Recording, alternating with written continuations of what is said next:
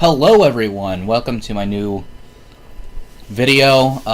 It's the first in my series of comic book videos, and this is going to be a short mini-series about the DC multiverse, and just sort of the way the DC continuity has been handled, and the reason that there's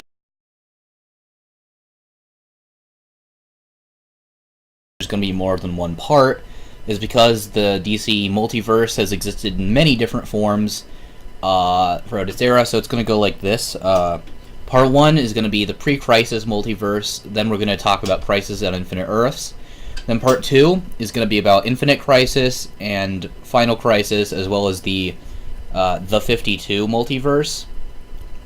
Although, and then after that, we're going to talk about the New 52 multiverse in the Part 3.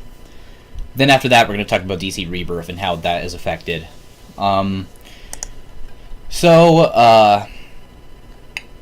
Originally, they would use in the original pre-Crisis multiverse for DC, they wanted to have whenever they wanted to have different stories that would contradict the normal continuity, they would simply have it take place on a different Earth, and the way that in the multiverse. And the way it worked was, in the original multiverse, there were an infinite number of universes, sort of like the Marvel multiverse. In fact, it was basically just the same as the way that the Marvel multiverse works today, in that there were an infinite number of universes, and they could each have their own dimensions attached to them, such as Skyland or Heaven or New Genesis or something. So the way that it was sort of done in the pre-Crisis era, so we're talking like the 1960s for the 80s, was... So they would have Earth 1, which would be the default Earth. It's where all the normal stuff would take place. Just the normal continuity would be on Earth 1. So the description is DC's Silver Age heroes, including the original Justice League of America, police scientist Barry Allen as the Flash, test pilot Hal Jordan as Green Lantern, Ray Palmer as the Atom, Clark Kent, who as a teenager became Superboy, etc. So that was Earth 1. Then whenever, and the first usage that they had for it was they wanted to bring back the Golden Age heroes, such as Jay Garrick, the Flash, Alan Scott, Green Lantern, and such. So for that they introduced Earth 2, and the way Earth 2 worked was it's just DC. The Earth 2 was where all of the Golden Age comics and such took place. So Alan Scott, Green Lantern, Jay Garrick, Flash, all of that was on Earth 2. So that was the first time that they used it, and it turned out to be really successful. They started having them cross over. Barry Allen Flash met Jay Garrick Flash, and it was a lot of fun. So they decided to use it again, and they would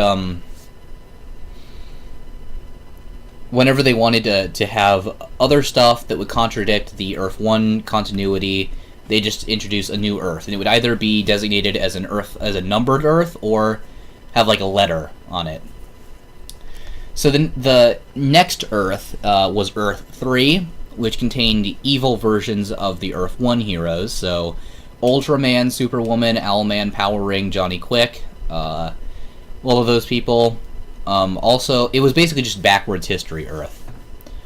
So there were two real uses for the multiverse. It was either you would, if you wanted to have a storyline for a hero, but that wouldn't actually impact Earth 1,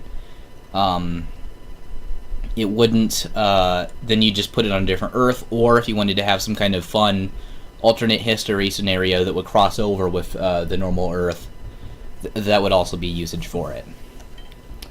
Oh, and there was one other usage, which we're gonna get into for Earth 4, which was where they would, whenever they bought out a comic book company, and all their characters and such, they would simply explain away all their characters existing the same as them being on another Earth. So Earth 4 was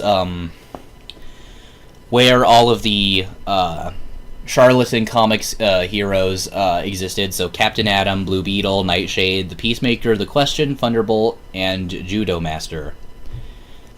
So yeah. And there were a ton of different Earths.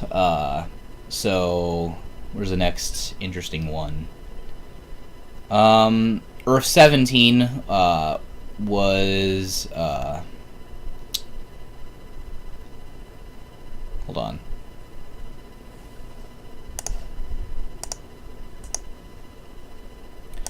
So the reason I had to pause there was because there's a ridiculous amount of Earths in this multiverse. Right now I'm looking at Earth 178. But anyway, there were a ton of Earths that were numbered. Like, it gets into the thousands. But then after that, they had lettered Earths. There was Earth A, B, C, Earth C minus, Earth C plus, and then an interesting one was Earth D, where they had the Justice Alliance of America. Then there was Earth Prime, which was all of the I think was actually supposed to be the real world, which was a bit bizarre. They had the Earth 1, 2, S, etc. characters only existed in fiction, so all the comics and such. That's where they all existed. Earth Prime. So then there was Earth S, which was where Fawcett Comics universe existed. And yeah, there was just a ton of different Earths. And finally there was the antimatter universe, but that's not really important. So after this was done, there was an event called Crisis on Infinite Earths, where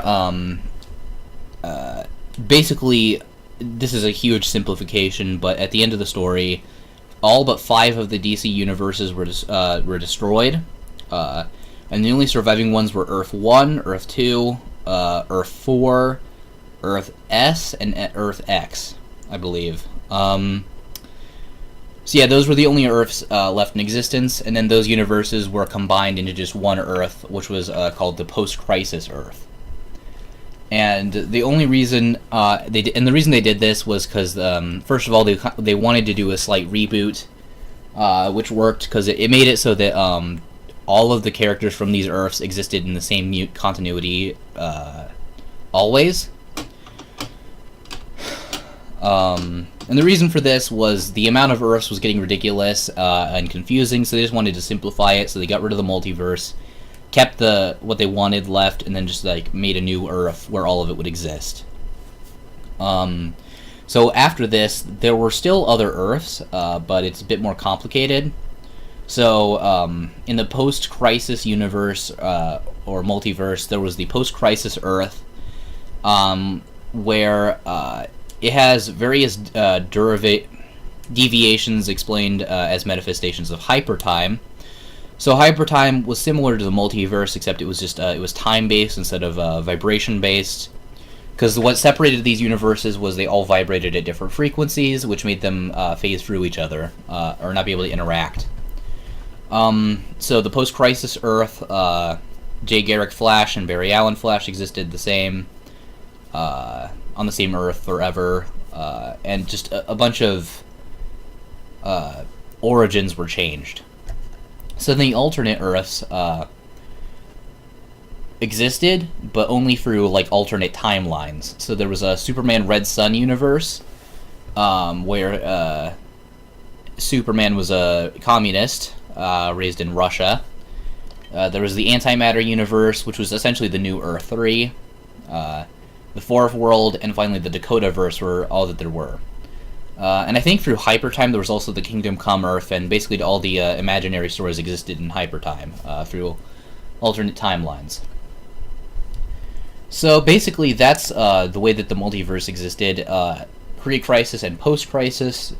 The Hypertime, I think, was made because of Zero Hour, changing the way that time worked or something. Yeah, so next part we're going to discuss the 52, Infinite Crisis, and Final Crisis, and then after that we'll discuss the new 52 multiverse.